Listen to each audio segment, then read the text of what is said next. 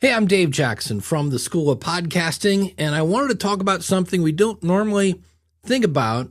And the reason I want to talk about it is I have had not one, but two friends die suddenly. And the question is, what happens to your podcast when you die? The School of Podcasting with Dave Jackson.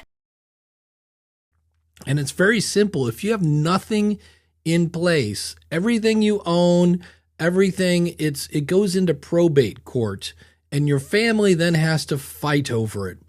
What a mess. And there are easy ways to put things in place so that you don't have to have this already horrendous situation, your death, add more stress to your family. And it's very simple. Let's first talk, before we get into stuff, let's get into the fact that everything you use in your podcast, your media host, your email list, all your PayPal, all that stuff has a password. And so what you want to do is use a password manager. There are things like Bitwarden. I'm a big fan of 1Password, but whatever it is, get it and then use it.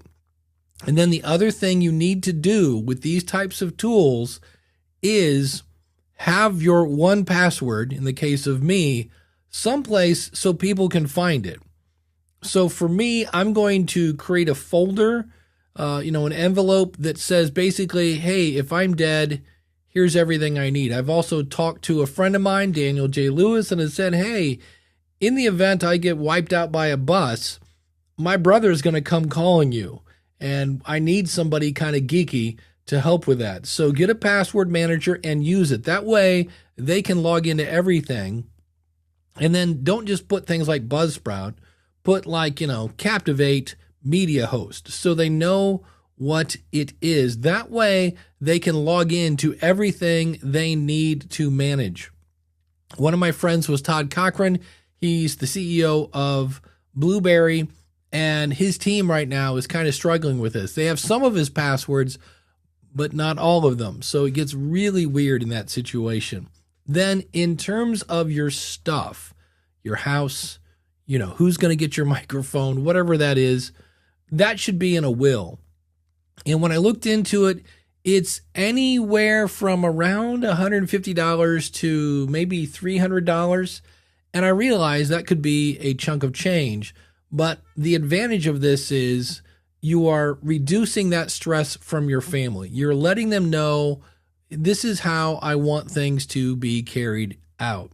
And that might be, hey, if I have money in the bank, pay someone like this person to, set up my media host for the next 3 years so my podcast lives on.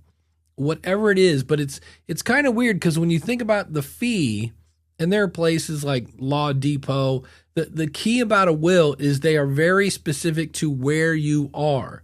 So whoever you use for that, make sure they ask, where do you live? Because the rules change. And I realize sometimes it's kind of weird because you're like, well, I don't really get any benefit out of this, right? Because I'm dead.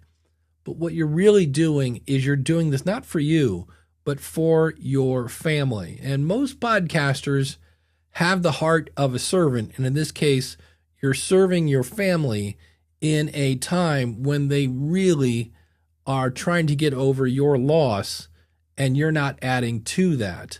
So this is one of those things that I've known about this. I've like I said, I've had two friends that have passed away. Like they were just there.